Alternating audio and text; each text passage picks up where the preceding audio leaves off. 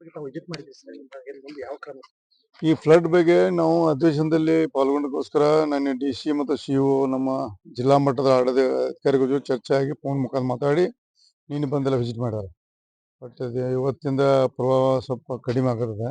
ಇನ್ನೂ ಮಧ್ಯಾಹ್ನವರೆಗೆ ಇನ್ನೂ ಕಡಿಮೆ ಆಗೋ ಚಾನ್ಸಸ್ ಆದ ನಂತರ ನಮ್ಮ ಅಧಿಕಾರಿ ಚರ್ಚಿಸಿ ಈ ಸಾರಿಗೆ ಬಿಡಬೇಕು ಅನ್ನೋ ನಿರ್ಣಯ ತಗೋತಾರೆ. ಮತ್ತು ಕಾಳಜಿ ಕೇಂದ್ರದಲ್ಲಿ ಎಲ್ಲ ವ್ಯವಸ್ಥಿತವಾಗಿ ನಡೆದ, ಈಗ ಅಲ್ಲಿ ವಿಸಿಟ್ ಮಾಡಿದೆ, ಎಲ್ಲ ವ್ಯವಸ್ಥಿತ ನಡೆದೆ. ಮತ್ತು ಪ್ರವಾಹ ಇನ್ನೂ ಯಾಕಂದ್ರೆ ಕೃಷ್ಣಾ ಬೇಸಿನ್ ಇರ್ಬೋದು, ನಮಗೆ ಇದು ಘಟ ಕ್ಯಾಚ್ಮೆಂಟ್ ಏರಿಯಾದಲ್ಲಿ ಎಲ್ಲ ವಾಚ್ ಮಾಡ್ತೇವೆ. ಮುಂಜಾಗ್ರತಾ ಕ್ರಮವಾಗಿ ಏನು ಅನಾಹುತ ಆಗದಂತ ವ್ಯವಸ್ಥೆ ಅಧಿಕಾರಿಗಳು ಮಾಡ್ತಾವಂತ ವಿಶ್ವಾಸ ಇದೆ. ನೋಡಿ, ನಾವು ವಿರೋಧ ಪಕ್ಷ ಇರೋದ್ರಿಂದ ಮಾತ್ರ ತಪ್ಪಾಗ್ತದೆ.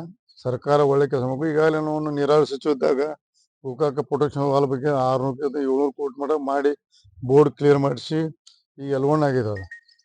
ಅತಿ ಸರ್ಕಾರದ ಮನೆ ಮಾಡ್ಕೊತಾನೆ ಮುಖ್ಯಮಂತ್ರಿಯವರಿಗೆ ಆದಷ್ಟು ಬೇಗ ನಮಗೆ ಪ್ರೊಟೆಕ್ಷನ್ ವಾಲ್ ಅದನ್ನ ಕ್ಲಿಯರ್ ಮಾಡಿಕೊಟ್ರೆ ಶಾಶ್ವತ ಪರಿಹಾರ ಆಗ್ತದೆ. ಪದೇ ಬರೋದು, ವಿಸಿಟ್ ಮಾಡೋದು, ಫೋಟೋ ತಗೊಂಡು ಹೋಗೋದಕ್ಕಿಂತ ಅದು ಹಿಂದಿನ ನಾವು ಸರ್ಕಾರದಾಗ ಮಾಡಿದ್ವಿ. ನಾನು ಮಂತ್ರಿ ನೀರಾವರಿ ಮಂತ್ರಿ ಮಾಡಿದ್ದೆ. ಅದು ಶೀಘ್ರ ನಮ್ಮ ಸರ್ಕಾರ ಅದನ್ನು ಟೆಂಡರ್ ಕ್ಲಿಯರ್ ಮಾಡಿ ಕೆಲಸ ಪ್ರಾರಂಭ ಮಾಡಬೇಕಂತ ಒತ್ತಾಯ ಮಾಡ್ತೀನಿ.